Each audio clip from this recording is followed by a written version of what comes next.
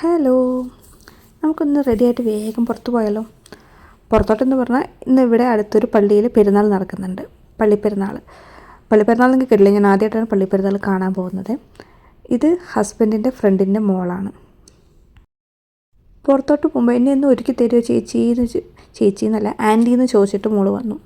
അപ്പോൾ എനിക്കറിയാവുന്നതൊക്കെ ഞാൻ അവളുടെ മുഖത്തൊക്കെ പരീക്ഷിക്കുകയാണ്. എൻ്റെ അധികം മേക്കപ്പ് പ്രോഡക്റ്റ്സ് ഒന്നുമില്ല, ഉള്ളത് വെച്ചിട്ട് ചെയ്തു.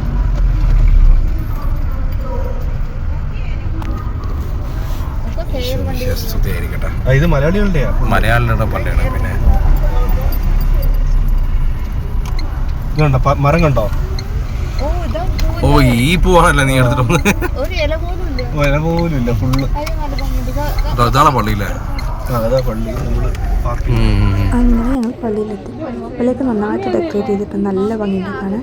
ഇതിൻ്റെ സൈഡിൽ രണ്ട് സൈഡിലൊരു സ്പെഷ്യൽ പൂവുണ്ട്. അതായത് ആ പൂവ് താഴോട്ടാണ് വിരിഞ്ഞ് നിൽക്കുന്നത്, അതൊന്നും മുകളിലോട്ടേ ആവില്ല. ഭയങ്കര ഭംഗിയുള്ള യെല്ലോ കളർ, ഇതുവരെ കാണാത്തൊരു പൂ. ഇതിൻ്റെ പേരറിയുന്നവരൊന്ന് പറയണേ. ഇതിൻ്റെ പള്ളിയുടെ ബാക്കിലാണ് സ്റ്റേജ്. അപ്പോൾ ആളുകളൊക്കെ അവിടെയാണ് ഇരിക്കുന്നത്. പിന്നെ കുറേ പ്രോഗ്രാംസും ഡാൻസ് പ്രോഗ്രാംസും കുട്ടികളുടെ പരിപാടികളൊക്കെ നടക്കുന്നുണ്ട്.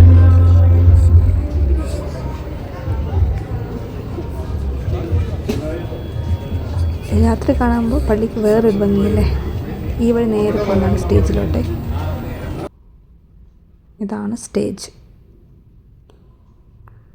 എല്ലാം ഒരു മരത്തിനെ പോലെ അവർ വെറുതെ വിട്ടിട്ടില്ല, എല്ലാ മരത്തിലും ലൈറ്റ്സൊക്കെ കൊടുത്തിട്ട് നല്ല അടിപൊളിയാക്കിയിട്ടുണ്ട്.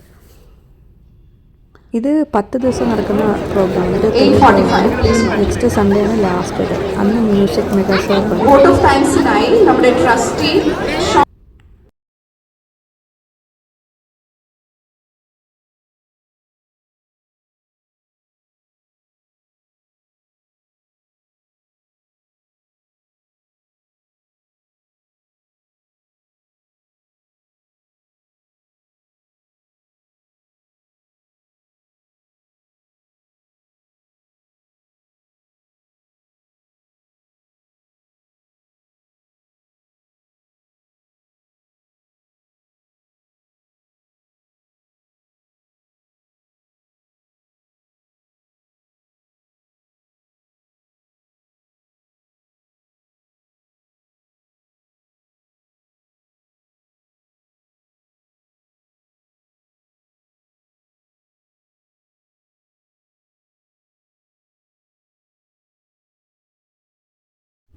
അങ്ങനെ കുറേ നേരം പരിപാടിയെല്ലാം കണ്ടതിന് ശേഷം സ്നേഹവിരുന്നുണ്ടായിരുന്നു.